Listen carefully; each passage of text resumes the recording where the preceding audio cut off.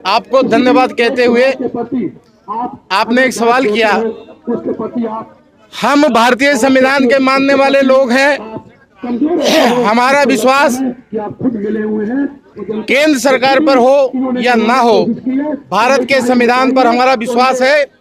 और भारतीय संविधान के अनुसार जो लोग सत्ता में हैं, हम उनके सामने अपना ये सवाल रख रहे हैं। न्यायपालिका पर हमें पूरा भरोसा है। न्यायपालिका पूरा ईमानदारी से अपना काम कर रही है।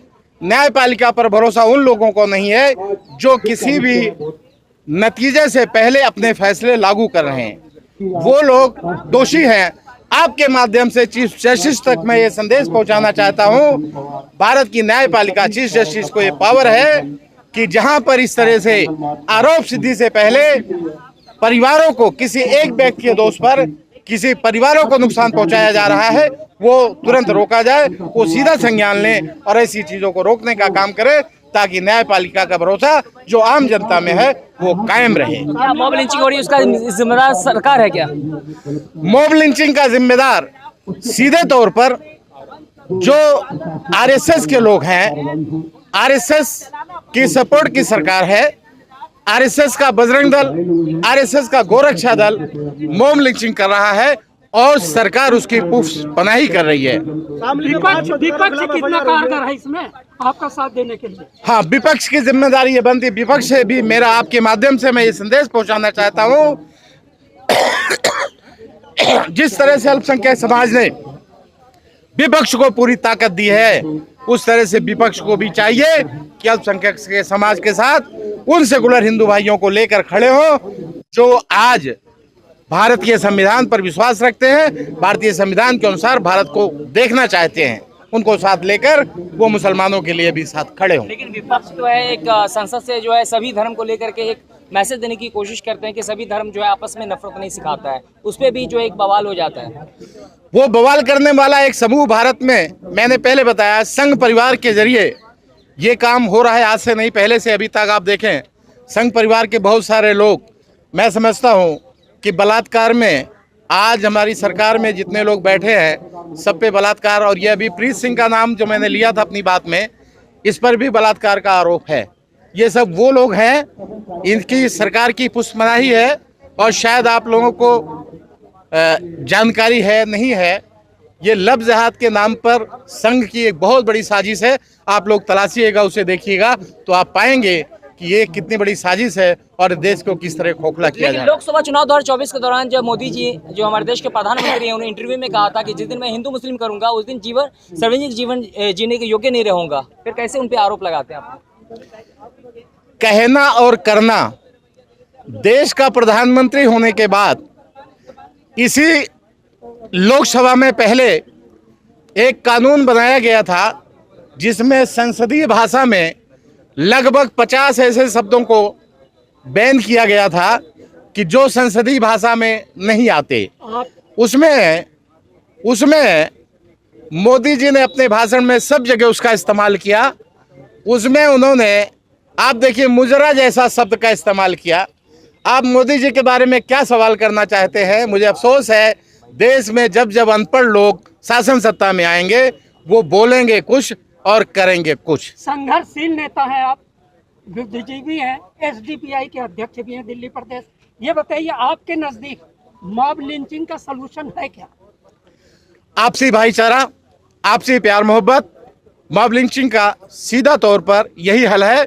और वो तमाम भारत के सेकुलर लोग जिस दिन रोकेंगे, ये शरारती लोग चंद हैं, इनका रास्ता रुक जाएगा और सरकार ईमानदारी से काम करे, सरकार उनकी पुष्पनाही बंद करे। उत्तर प्रदेश में 5 पत्रकारों के खिलाफ मुकदमा दर्ज हुआ मॉब लिंचिंग खबर छापने के लिए, उनके लिए क्या कहेंगे आप? बहुत अच्छी बात है। हमारे ज्ञापन में हमने इसका जिक्र किया है। अभी आपको प्रेस रिलीज या ज्ञापन की कॉपी हम देंगे। हमने ये बात कही है कि जिनका कत्ल हो रहा है उन्हीं के खिलाफ मुकदमा किया जा रहा है और कातिल को बचाया जा रहा है। ऐसे लोगों के खिलाफ कानूनी कार्रवाई सख्त होनी चाहिए, लेकिन सरकार ईमानदार होगी तो।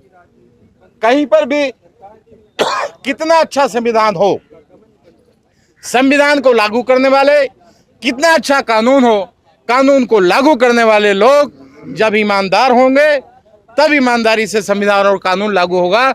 लागू करने वाले लोग बेईमान होंगे तो संविधान कितना भी अच्छा हो, कानून कितना भी अच्छा हो, उसका फायदा नहीं मिलेगा। लेकिन पिछले 10 साल से जो है एनडीए की सरकार है, बीजेपी बहुमत के साथ थी, जनता ने फिर से मैंडेट दिया है और सत्ता में आ गए हैं और हमारे देश के प्रधानमंत्री तीसरी बार जो है फिर से शपथ ले लिए।